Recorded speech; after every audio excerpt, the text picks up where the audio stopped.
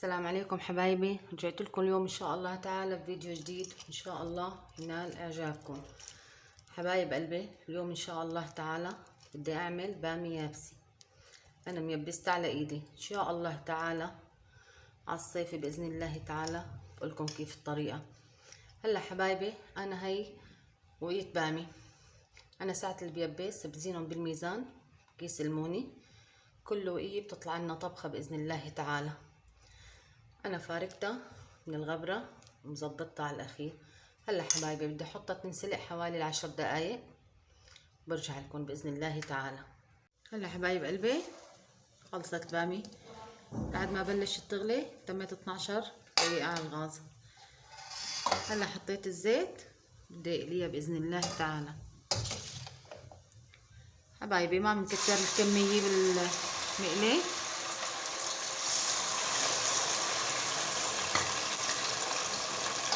انا بحب غطي عليها مشان ما تطرشنا. هلا بقليها ان شاء الله برجع لكم.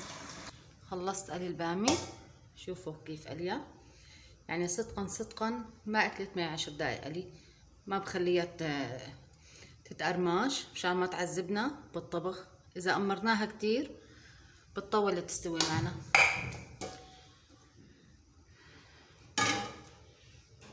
هلا حبايب قلبي، كاسة الشاي بدي احط زيت، في ناس بتحط سمني كمان.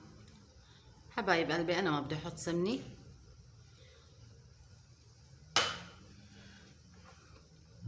عندي هون 300 غرام من اللحمه، بحطهم قبل ما يحمى الزيت.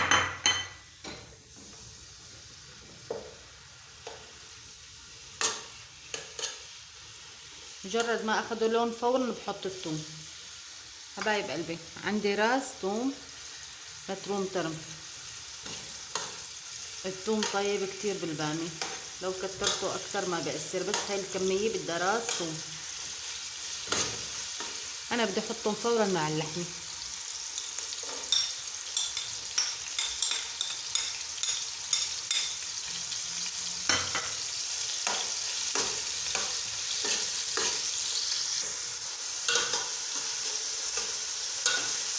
شايفين حبايبي الثوم واللحمة بلشوا يستووا معنا.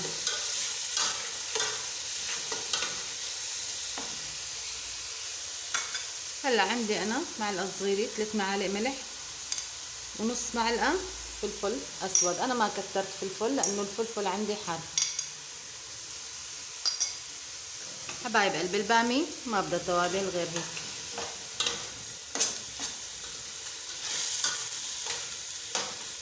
هلا هيك استوت اللحمه معي.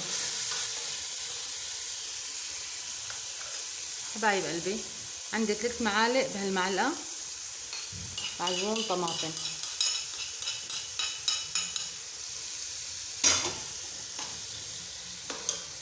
حطهم هيك شغله ثواني يعني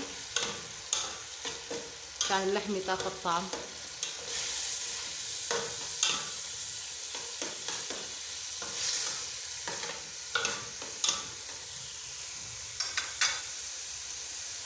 هلا حبايبي انا هون عندي زوم اللحمه.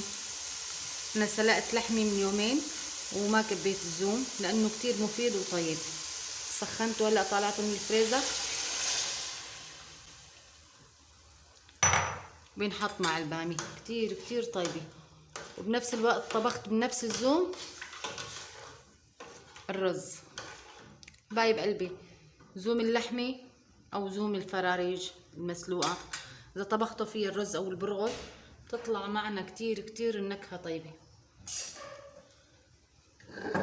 هلا حبايبي هون عندي قطرميز بندوره، انا غاليته حاطته بالضغط. ان شاء الله تعالى على الصيف ان الله احيانا بعمل فيديو بتشوفوا كيف صدقا كانه هلا متروم. بدي اضيفه بسم الله للبامي.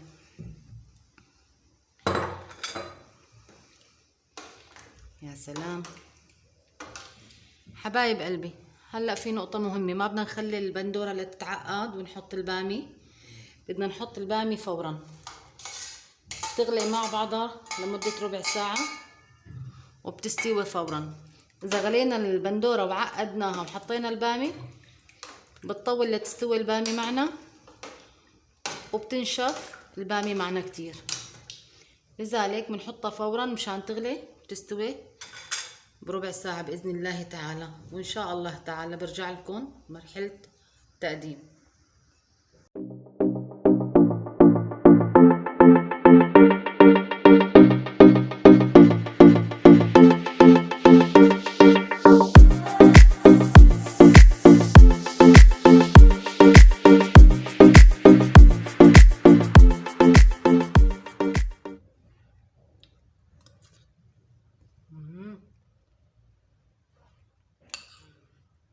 حبايب قلبي، يعني شو بدي اقولكم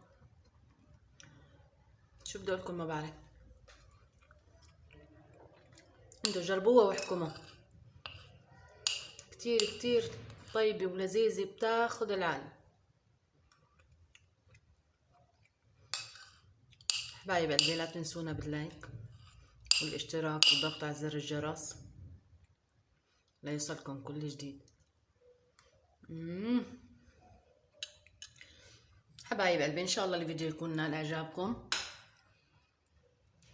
السلام عليكم ورحمة الله.